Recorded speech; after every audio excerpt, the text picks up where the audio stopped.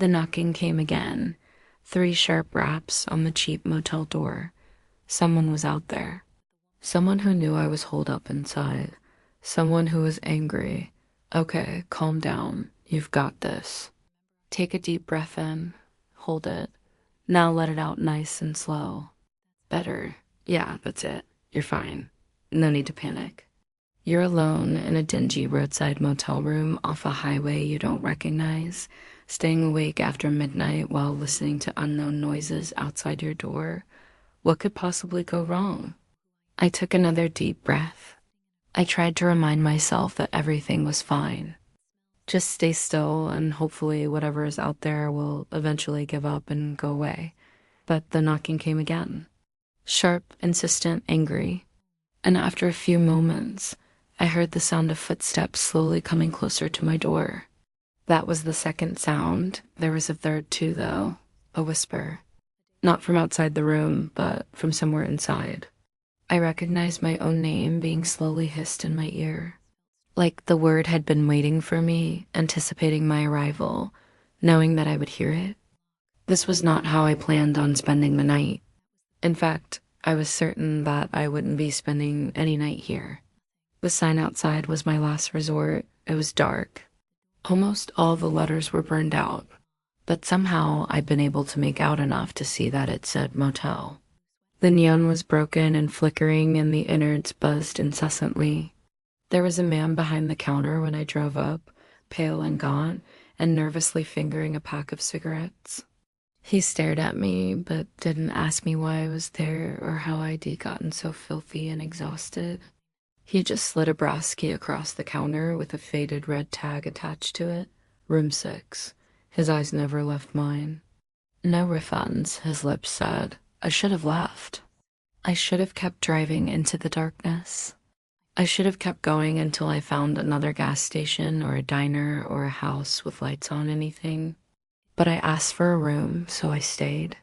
And now I was regretting it big time. Knock, knock, knock. Still there.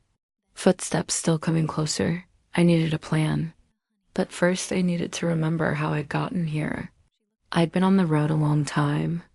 My car was nearly empty and my phone was dead. I knew that much. Beyond that, things got foggy. I remembering.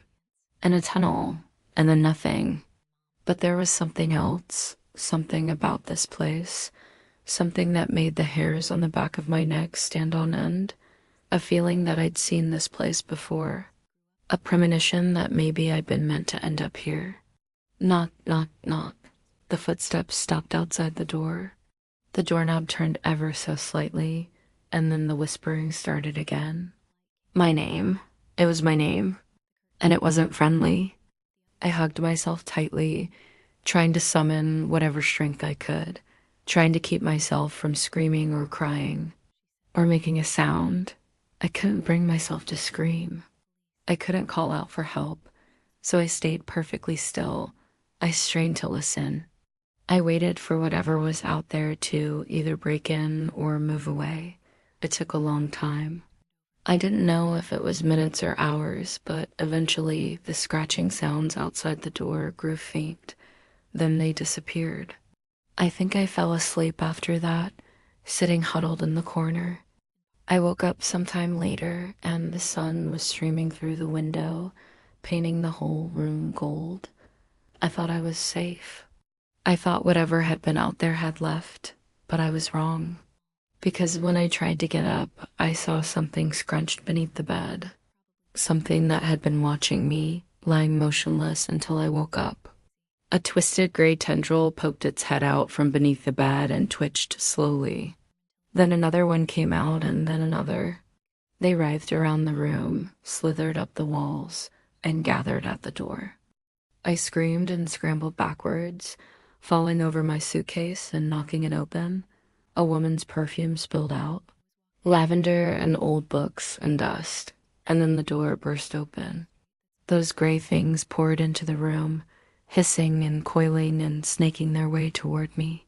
I scrambled away from them, diving under the bed, hiding between the dust bunnies and loose wires.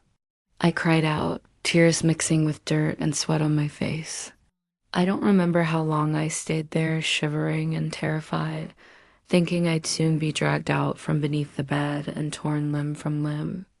But eventually, slowly, the scrabbling sounds faded away, and I heard something new, the distinct click of a lighter, followed by the smoky hiss of a lit cigarette. Then a voice, raspy and dry like fallen leaves. "Are you done yet?" It sounded like the voice of an old man, though the form beneath the bed was anything, but I was frozen in fear. I couldn't answer. I didn't want to acknowledge that whatever was in the room with me was real. I convinced myself that it wasn't there at all. I clung to the hope that if I ignored it, it would go away. But a second later, the voice said it again, louder this time. "Are you done yet?" I whimpered, burying my face in my hands. "I don't want to come out," I cried. "I'm scared." The voice chuckled then, a dry, crackling sound. "Scared of what?" "Of me? Come on, I won't hurt you. I promise." I wish I had listened. I wish I had stayed hidden. But those words lulled me into a false sense of security. I took a shaky breath, trying to calm myself. Maybe it was all right to come out. Maybe this thing wouldn't hurt me.